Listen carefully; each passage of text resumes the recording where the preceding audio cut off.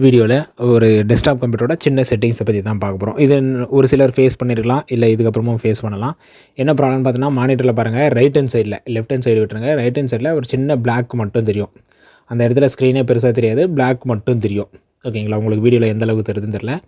அதுக்கடுத்து இன்னொரு ப்ராப்ளம் என்னென்னு பார்த்தீங்கன்னா, out of range problem. So இந்த 2 ப்ராப்ளம் தான் நான் ஃபேஸ் பண்ண ப்ராப்ளம். அதை பற்றி தான், அதை எப்படி சால்வ் பண்ணேன்னு சொல்லிட்டு தான் இந்த வீடியோவில் ஃபுல்லாக பார்க்க போகிறோம். இதெல்லாம் பார்த்தோம் நம்ம சேனல் நீங்கள் சப்ஸ்கிரைப் பண்ணலாம், சப்ஸ்கிரைப் பண்ணுங்கள். இன்ட்ரெஸ்டிங் ஸ்டூடெண்ட்ஸ் நம்ம சேனலில் வந்துகிட்டே இருக்கும். All types of laptop, desktop, printer, CCTV, DTH, sales service, accessories காஞ்சிபுரத்தில் பண்ணிட்டுருக்கோம். All over Tamil Nadu sales service accessories பண்ணிட்டுருக்கோம். ஸோ தேவைப்படுறவங்க கால் பண்ணுங்கள் 9585006736. ஓகே, இப்போ வாங்க வீடியோக்குள்ளே போகலாம். இது என்ன ப்ராப்ளம்னு பார்த்தீங்கன்னா, பிரிண்டர் வந்து சர்வீஸ் பண்ணியிருந்தோம், சர்வீஸ் பண்ணி கொடுத்துட்டோம் கஸ்டமர் ப்ளேஸில். அது பிரிண்டர் பார்க்குறதுக்காக போயிருந்தோம், பிரிண்டரை செக் பண்ணுறதுக்காக. அப்போ பார்த்தீங்கன்னா மானிட்டர் ப்ராப்ளம். அந்த மானிட்டர் என்ன அலையாக வந்துட்டு இருந்தது, கலர் மாறி மாறி வந்துட்டு இருந்து. அது என்ன ப்ராப்ளம்னா, விஜே கேபிள் தான் ப்ராப்ளம். ஸோ விஜே கேபிள் கஸ்டமரும் புதுசாக போட்டோம் சொன்னாங்க, புதுசாக போட்டோம். புது விஜே கேபிள் போட்டோன்னே என்னென்னு பார்த்தீங்கன்னா, ரைட் ஹேண்ட் சைடில் மட்டும் மானிட்டரில் ஒரு சின்ன பிளாக் மாரி வந்துருச்சு. ஃபுல் ஸ்க்ரீனே வரல. இப்போ நம்மளுக்கு ஃபுல்லாக ஸ்க்ரீன் வரணும்ல, அந்த சினிமா ஸ்கோப் மாரி ரைட் ஹேண்ட் சைடில் வந்துருச்சு.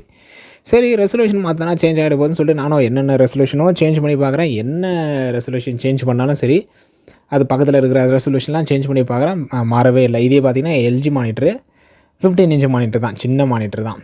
ஸோ கடைசியில் தான் அந்த மானிட்டரோட ரெசல்யூஷன் வந்து கண்டுபிடிச்சோம். அந்த மானிட்டரோட அதில் என்ன டிஃபால்ட் ரெசல்யூஷன் இருக்குதுன்னு சொல்லிட்டு. இதனால் என்ன ப்ராப்ளம் வரும்னா, ஒன்று இந்த சினிமா ஸ்கோப்பு ப்ராப்ளம், அந்த ரைட் ஹேண்ட் சைடில் கொஞ்சம் மட்டும் தெரியல, அந்த ப்ராப்ளம். இன்னொன்று பார்த்தீங்கன்னா, நம்ம ரெசல்யூஷன் மாற்றி கொடுத்துட்டோம் அப்படின்னா அவுட் ஆஃப் ரேஞ்சுன்னு வந்துடும். அதுக்கப்புறம் நம்ம வேறு மானிட்டரில் சிபி வந்து வேறு இதெல்லாம் கனெக்ட் பண்ணி இல்லை அப்படி எடுக்கிற மாதிரி இருக்கும்.